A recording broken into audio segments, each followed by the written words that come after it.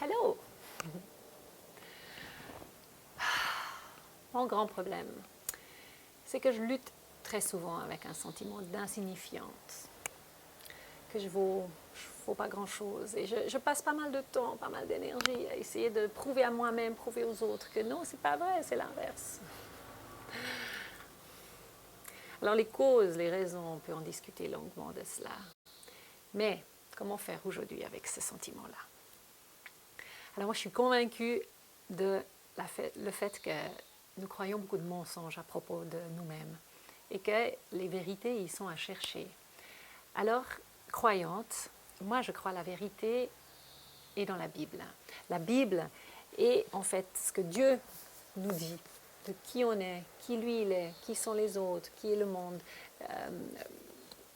dans lequel nous vivons. Et pour trouver la vérité, pour savoir vraiment ce qui est juste, c'est là qu'il faut trouver.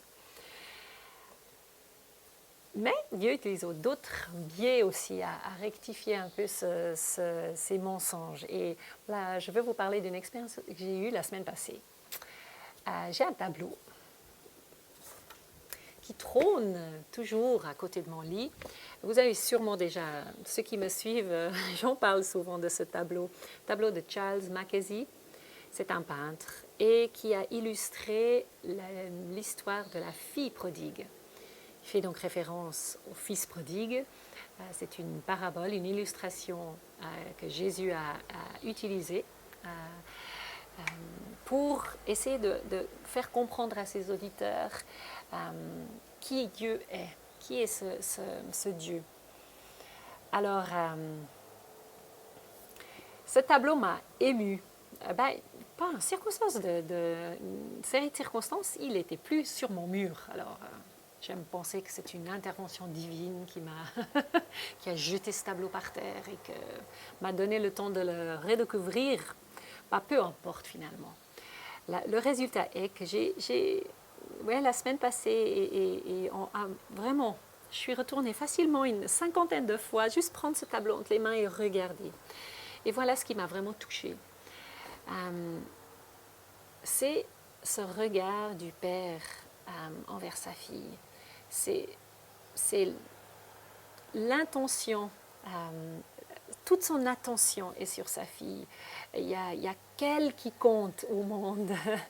C'est comme s'il n'existe rien d'autre de plus important, de plus essentiel, de plus important à faire que juste être là à cet instant avec sa fille.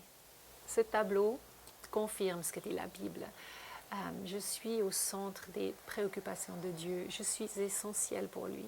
Et moi, et chacun, nous ne sommes pas juste par hasard sur cette terre. Nous ne sommes pas juste... nos vies se déroulent comme ça de manière sans but ou sans grande... il y a vraiment une intention particulière que Dieu porte à chaque vie sur cette terre. Que nous soyons des milliards ou des 2 ou 3, son intention reste pareille. Il est Dieu, il peut tout faire. Et